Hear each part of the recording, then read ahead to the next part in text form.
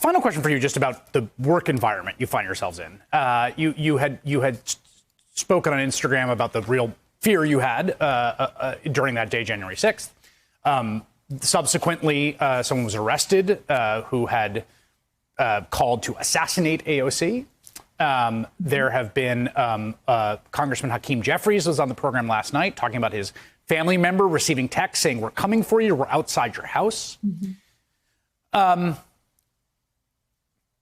How do you understand the nature of the caucus of the Republican Party that you serve with right now in the aftermath of this and the vote they took to overturn the election and this desire to, quote, turn the page? Yeah, I actually sense a profound difference between the Republican caucus of last term, the 115th Congress, and the Republican caucus of this term that we are now, a few weeks into at this point.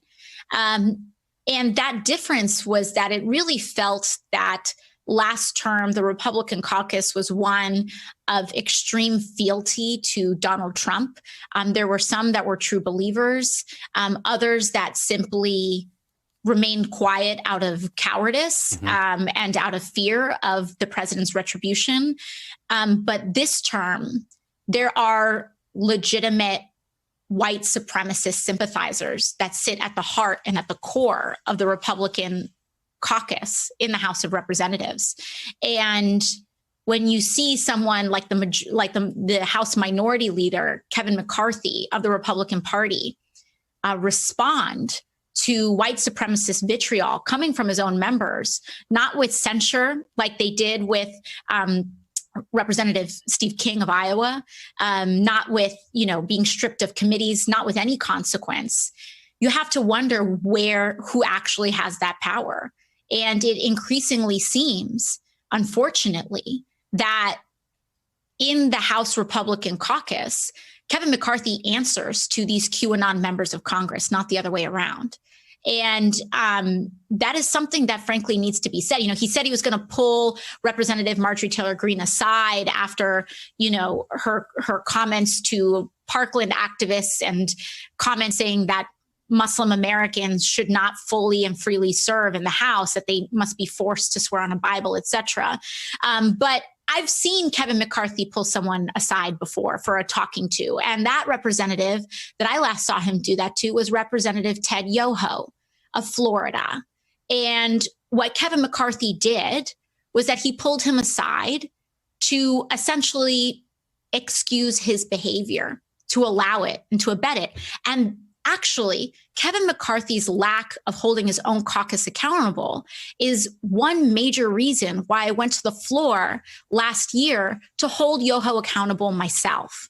And so when I hear that Representative McCarthy is going to pull a member aside who has made white supremacist sympathizing comments, the thing that I think is, what is he going to tell them? Keep it up? Because there are no consequences in the Republican caucus for violence. There's no consequences for racism, no consequences for misogyny, no consequences for insurrection. And no consequences means that they condone it. It means that silence is acceptance, and they want it because they know that it is a core animating political energy for them. And this is extremely dangerous, an extremely dangerous threshold that we have crossed, because we are now away from acting out of fealty to their president that they had in the Oval Office. And now we are talking about fealty to white supremacist organizations as a political tool. And for, Republicans that are in that caucus that are unwilling to hold that accountable or to distance themselves from it, we really, really need to ask ourselves what they are evolving into. Yeah. Because this is no longer about a party of limited government. This is about something much more nefarious. Hey, thanks for watching our YouTube channel. You should know that you can follow today's top stories and breaking news and catch up on your favorite MSNBC shows all in one place. Download the NBC News app today.